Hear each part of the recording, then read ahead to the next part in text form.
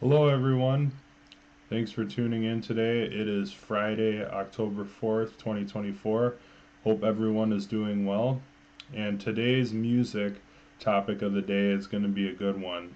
It's teaching you guys, for those that do not know, how to take chords from a particular key, a particular progression, and then transferring them into another key so you can use that progression in a different key for practice purposes, or if you are wanting to work on an arrangement of a particular song that you really like, and say you want to give it kind of a different feel or flavor, you can take that chord progression and move it into another key of your liking, right? So how this how do we set up for this really is the main question. It's understanding the intervals of that particular progression. And what I mean intervals is distance between notes, for example. So today we're going to take a progression in the key of A minor and we're just going to move it into the key of B minor. And then we'll go through kind of detail by detail.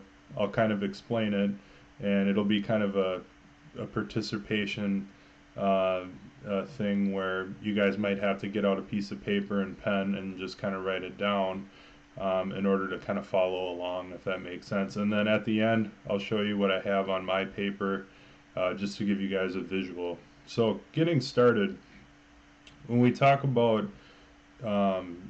degrees, we're talking about the notes that make up a scale, right? And there's going to be 7 notes in a scale, for example. So let's just take the C major scale, for example. We have C, D, E, F, A, or sorry, C, D, E, F, G, A, B, and then it starts on C again, right? Well, for diatonic chords, and there's a formula that you can follow when structuring all the chords for a particular key, right? So the first degree would be your major. If we're starting in a major key, it would be major. Then the second degree would be minor. The third degree would be minor. The fourth degree would be major. The fifth degree would be dominant. The sixth degree would be minor, and then the seventh degree would be minor 7 flat 5. And that, when I am saying those major and minor terms, I'm talking about the chords themselves, right? So if you took every single note of that C major scale and you put it in order and then put that chord formula right next to it, it would make more sense, right? So kind of going off of that, branching off of that, right? So we have a 1, 3, 4, 5 progression in the key of A minor, okay? And the key of A minor has all the same notes as the key of C major. It's the relative minor to the C major key, right? The only difference is it's starting from a different point. And I think that's sometimes the confusing part for a lot of people, is when they're switching from uh, major to minor, it kind of throws them off a little bit. But that formula that we talked about, that chord formula, as you're going through all the chords of a particular key, doesn't change, right? So, for example, we're going to do a 1, 3, 4, 5 progression in the key of A minor, okay? So the first degree in the key of A minor is is A, right? So A minor would be our first chord. Then the third chord of the key of A minor, the third degree would be C, which in this case, if we're following that chord formula, it would be C major, okay? And then the fourth degree of that progression that I mentioned would be D minor, okay? And then the fifth, kind of to explain this, normally the fifth would be E minor, but a lot of times for that 5 chord to provide tension when before resolving to a 1 chord, they change that from a minor chord to a dominant chord. So that's why you'll see a lot that when you're playing in a minor key, sometimes that 5 chord will be actually a dominant 7 chord instead of a minor chord, instead of a E minor as what it would normally be, right? So I'm going to grab my guitar quick and just kind of demonstrate that 1, 3, 4, 5 progression in the key of A minor, and then we'll move on to transferring it over to B minor.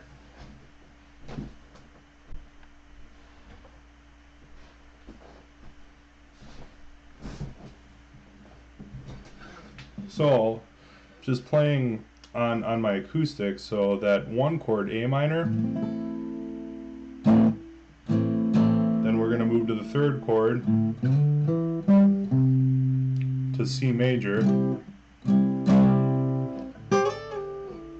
then we're going to D minor, the 4 chord, then E7 for the 5 chord.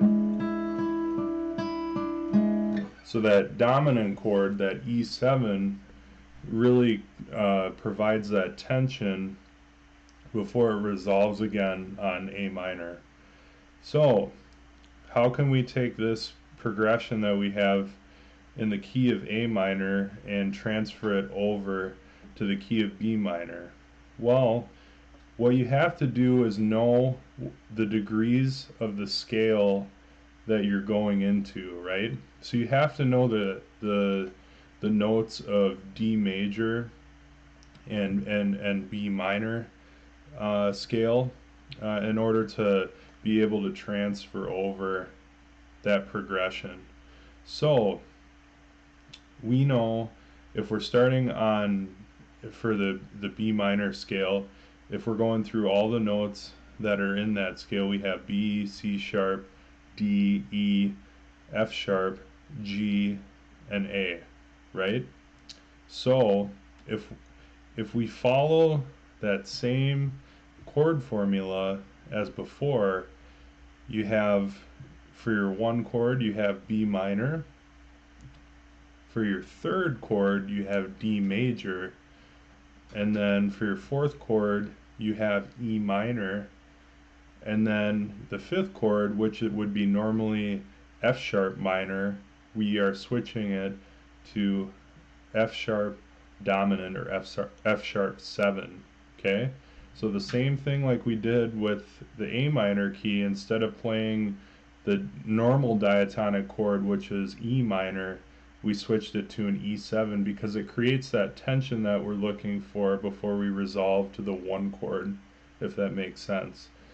So let's take that theory and apply it to the guitar and see how it sounds. So if we're starting from B minor instead of A minor, we're going to start with B minor, which is our 1,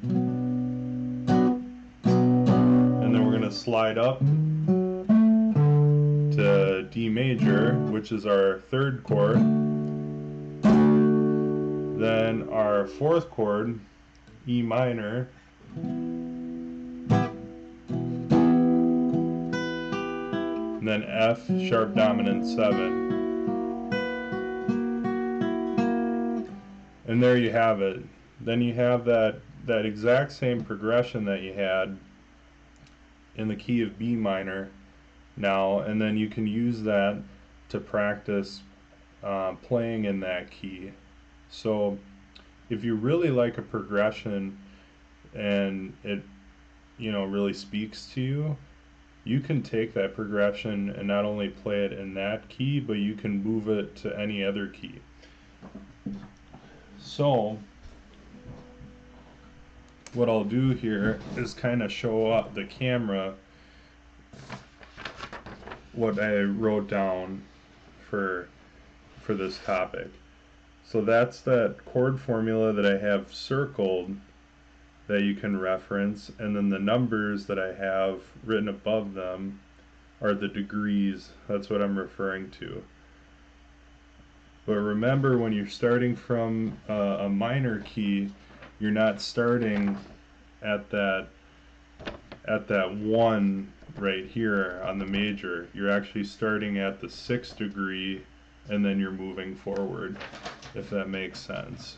So it's something that takes a little bit of time to get comfortable with, going about this, but the more you do it, the better and easier it gets. I think this chord progression that I showed you guys earlier, this 1, 3, 4, 5, was inspired by a Guns N' Roses performance that I watched live of Slash and Richard Fortus jamming out to, and I learned it by ear. But it's always good to have the theory behind what you're doing.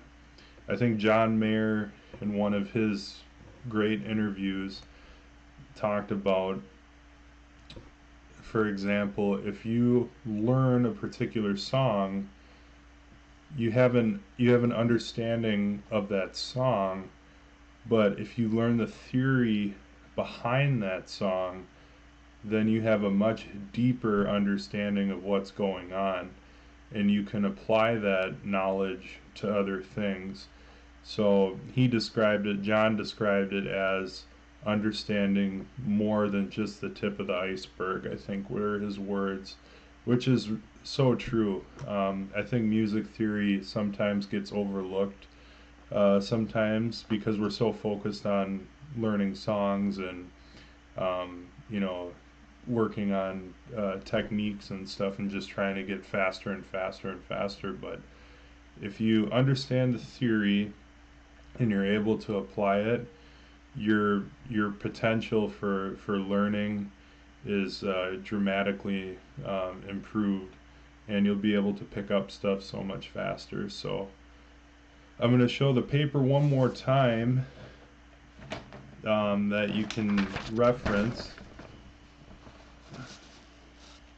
how we switched it from A minor to B minor, and that way you guys can save it and make it your own, and take that bit of information with you and help improve your music theory. So thanks so much for tuning in. That's all I have. I hope this information finds you well, and thanks so much for tuning in, and we'll see you guys in the next one.